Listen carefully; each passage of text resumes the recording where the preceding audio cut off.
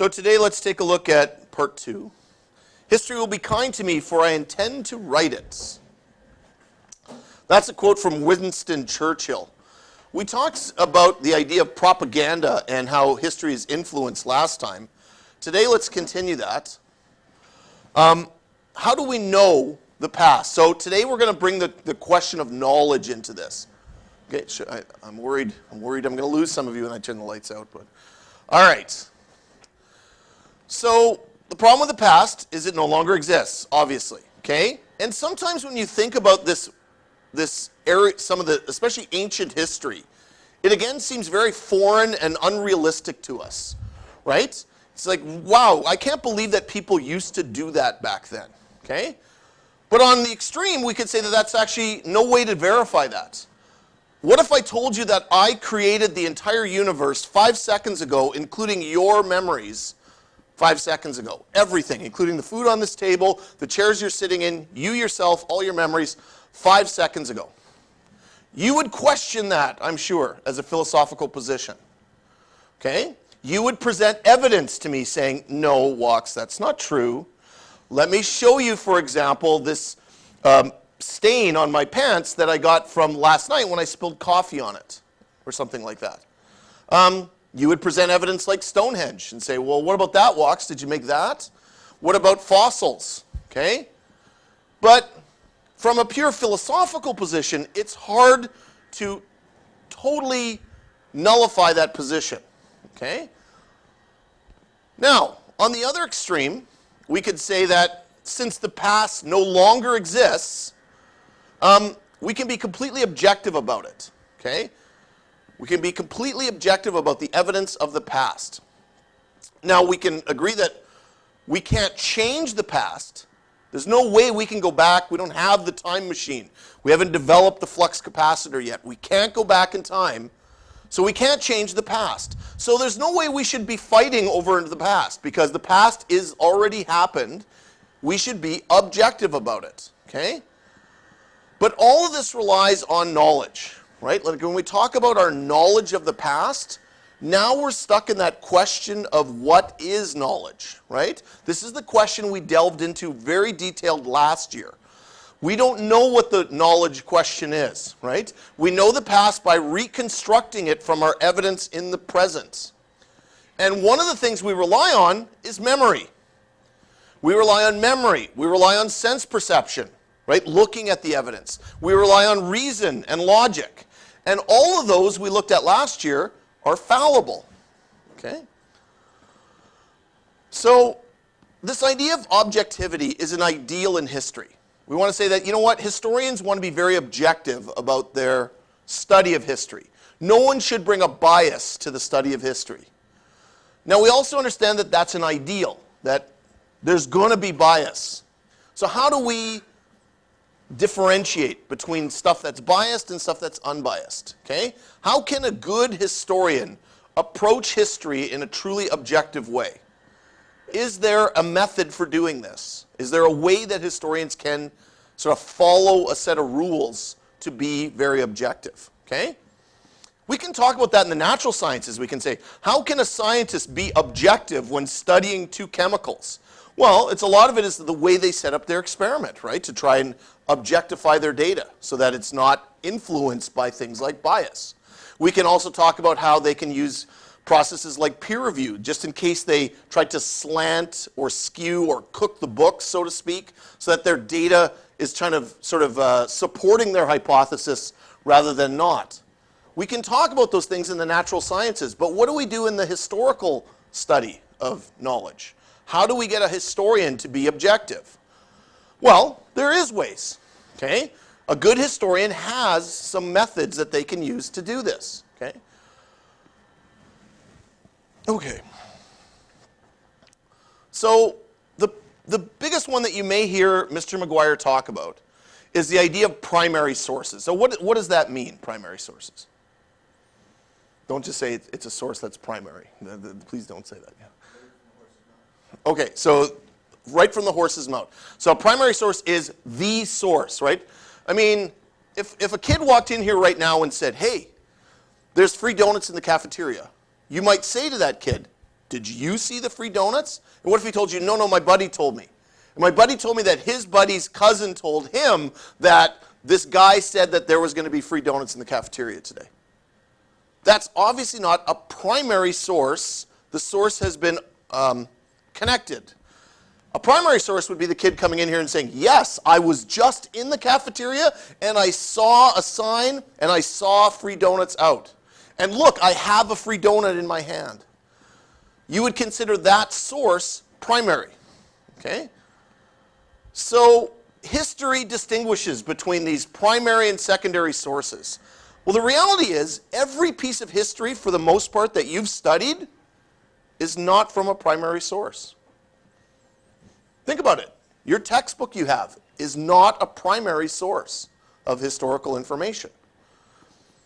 In the history you've studied in school, I would argue that almost none of it is a primary source. Now, in history in your life, maybe there's been some primary sources, but in terms of the actual history of what you study in school, maybe not a lot of it. Maybe when you guys were in elementary school, any of you go to like Lower Fort Garry on a field trip or something like that? Anyone? Where the heck did you guys do in elementary school? You didn't go on field trips to like the Steinbach Mennonite village and all that? None of that? Yeah, you did that one? Okay. So primary sources are always interesting when you actually get to be where this was and see the actual things. Or if you went to the actual museum, the Manitoba Museum, and saw primary sources right there, got to read an actual manuscript from someone. That's a primary source, okay? It was last year when I was working with a student for their extended essay that I connected that student to a primary source for their extended essay, which, by the way, the IB judges very highly. Ooh, this person has a primary source. The student then decided to rewrite the essay and leave out the primary source. And I said, I don't think that's a good idea. And as a result, now I'm not saying that was the only reason they did not great on their extended essay, but it's something to keep in mind that this idea of primary sources is highly regarded, not just in history, but in other things as well, okay? So here's an example. If you write an essay about the causes of the French Revolution, okay, your resources are going to be history books. You're not going to probably go over to France or over to Quebec and get primary documents, okay? But for your history book to have any merit, it should be grounded in primary sources. So primary sources are like the thing in historical study. They're the thing that history really relies on, okay? However, given what we talked about in grade 11, this idea of getting certainty out of a primary source is itself a philosophical question. We can't really know anything. That's kind of the conclusion we came to. So even primary sources can be questioned, right? Think about it. If a car accident happened on your way to school just this morning, you would be a primary source of that car accident. Okay, so right in front of you, just this morning, like 1 hour ago, a car crashed right in front of you. You saw all of it. You're now a primary source for that historical event because it's in the past. What data can you pull out of that? Well, what you're going to pull out of it is a couple things. First of all, what you actually perceived, what you saw, what you heard at that event. Do you think you might have missed something in what you saw and heard? Probably, right? We talked about that last year, all the faults of perception. Remember the moonwalking bear? Anyone remember the moonwalking bear, right? Second of all, now it's an hour later. You have to remember the car accident. We talked about the faults of memory last year, that memory itself is fallible, okay? Third, you have to reason out what kind of occurred there and who maybe was at fault. So you might be thinking, well, the light was there and this guy did that, and by my reason, this guy was at fault. Well, maybe your reason was flawed. So all the stuff we talked about last year now affects the primary source. You are the primary source, and what you have in terms of data is affected by just basic ways of knowing, never mind the fact that we're now into an area of knowledge. Okay. If you are writing a diary, as we've talked about before, you have to decide what you're going to write down, what you're going to describe. And then you're going to put that into words. And I don't know about you, maybe you've had this experience in English or language arts class where maybe you've been asked to write a descriptive paragraph. You might have sometimes trouble using words to describe the event that you're kind of trying to describe. Some of us are better writers than others. Some of us can use a lot of colorful metaphors and things like that. And wait a minute, what about metaphors? We talked about language last year. The metaphor might not actually being translated to the person reading it. So even though we might have a primary source, like a diary from Adolf Hitler, he might have had a lot of trouble communicating his thoughts into that diary. So it's surprising we can have any kind of historical evidence at all. And now we can start looking at bias, social bias. Maybe when you write down your diary, you want to kind of make your friends sound good in it because they're your friends, right? We think of medieval Europe as a fairly religious place. That's the way history kind of portrays it. But think about it for a second. Who wrote down the history of medieval Europe? Religious people, okay? Like the monks and the priests. They were the historians of the time. So of course their perspective was a religious perspective. That doesn't mean that everyone in medieval Europe was a very religious person, just the people who were writing down the history were. Okay, so you've probably heard it before. History is written by the winners, or those with the power, right? So,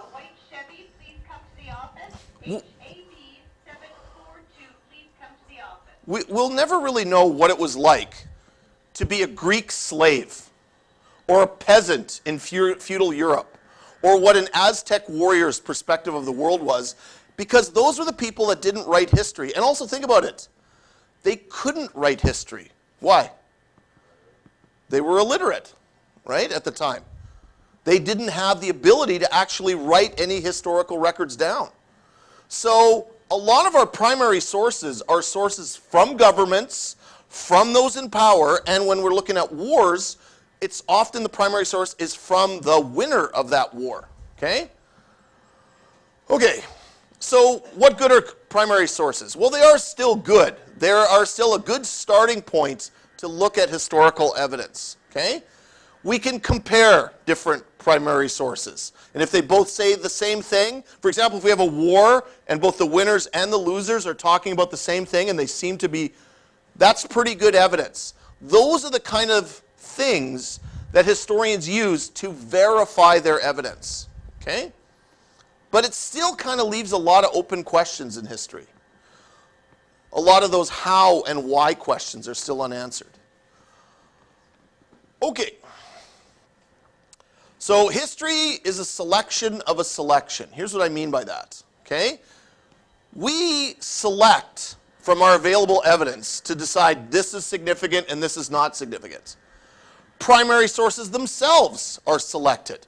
So you might have 5 journals about an event and you pick one of them, and then from that journal you select what you feel is important to write down in the history book. I mean, think about it again. If I was to ask you guys what's the history of 2013, you would have to pick a significant event and then select from which thing in that significant event you're going to actually write down. So lots of selection is occurring there, and all of those selections are going through various filters and various biases, okay? So the biases and the filters are coming through in the selection process. Okay, historians know this. And so they're going to compensate for bias, okay? So they're going to go to things like secondary sources, or they're going to go to complementary sources and things like that. But in the end, they start getting overwhelmed with details in that selection process, and they have to eventually just make a choice, like you guys did this morning. What are we just going to go with, okay? Okay, so the quote here, ignorance is the first requisite of the historian. Ignorance which simplifies and clarifies, which selects and omits. Okay. You know who Voltaire is? Anyone studied? What do you guys learn? I don't know. All right. Hindsight. What does hindsight mean? That's right. looking back on things, okay? So history has a hindsight aspect to it, right? Obviously, when we look back on an event, we can see things now in a different light than we saw before, okay? I guess we'll stop there for today, guys. So, all right, collect your stuff, and I'll see you guys on Monday. Have a nice